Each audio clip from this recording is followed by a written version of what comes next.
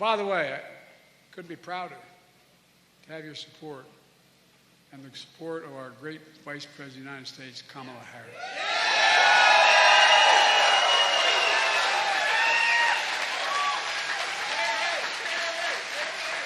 Trump is a convicted felon, found guilty, 34 felonies, trying to hide hush money payments to a porn star. Another jury found Trump sexually assaulted a woman in a public place, and he's been fined $90 million for defaming her. $90 million. They've only been bankrupt about 20 times, but I don't know. This so-called great businessman owes over $400 million in fines after being convicted in New York State of business fraud. Already convicted. Fined $400 million. Donald Trump isn't just a convicted criminal. He's a one-man crime wave. But Trump's biggest lie of all is he had nothing to do with the insurrection of January 6th. We all saw with our own eyes. We saw he sent thousands to attack the Capitol. We saw police being attacked, the Capitol being ransacked, the mob hunting for Nancy Pelosi. Gallows set up to hang Mike Pence. Let me ask you something. After what Trump did on January 6th, why would anyone ever let him be near the Oval Office again? Folks, the issue of this election is, what kind of America do we want to be? What kind of America do we want to be? Do we want to be a country of anger, revenge, and retribution? Or a country of hope and optimism and possibilities, as we've always been?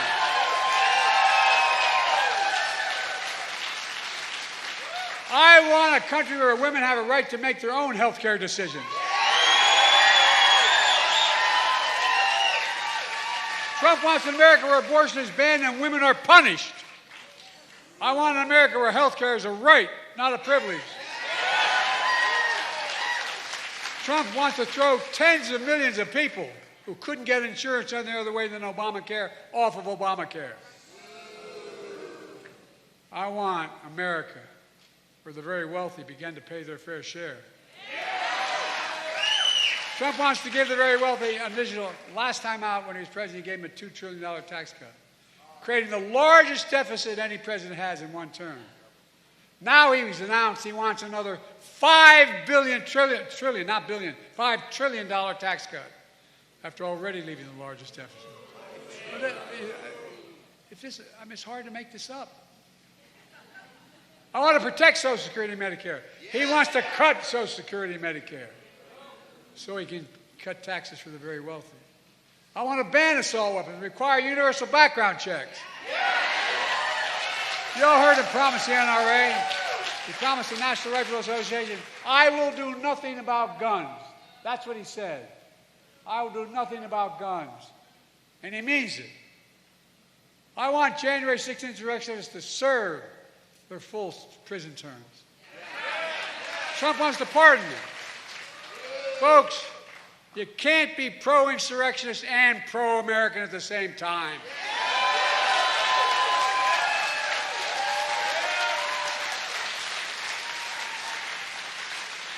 This is so damn serious.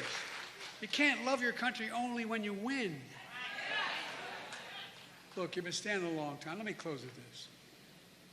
Ultimately, the American presidency is about character. The character of the president who holds the job. Because with the immunities the Supreme Court just talked about, it gets down to that. It gets down to that. It's about honesty. It's about the president's decency, integrity. Do they respect people?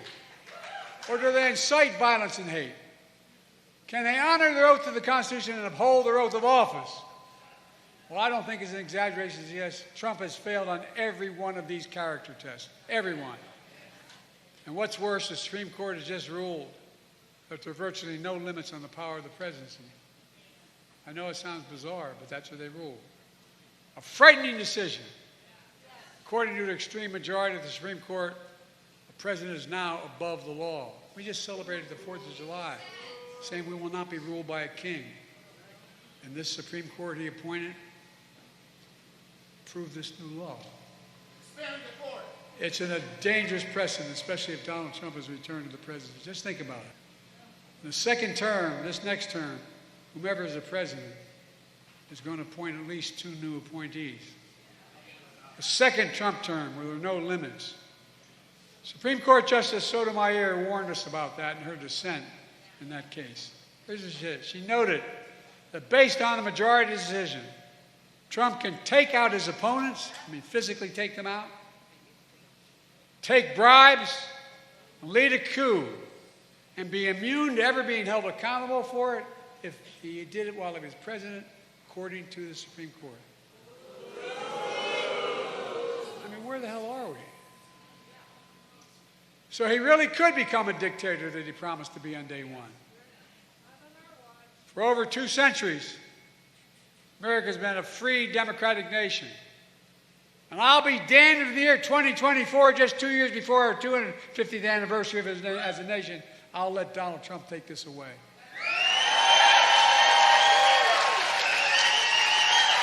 Folks, this is not hyperbole. This race is about our freedom. It's about our democracy. It's about the very soul of America. Are we prepared to fight for that? I know I am, and I will. And folks, I have never been more optimistic about America's future, because the American people are decent, good, honorable. You just have to remember who in God's name we are. We're the United States of America. I mean, think about it. Think about it in literal terms. And there's nothing beyond our capacity when we stand together. So let's stand together, win this election, and exile Donald Trump politically. God bless you all, and may God protect our truth.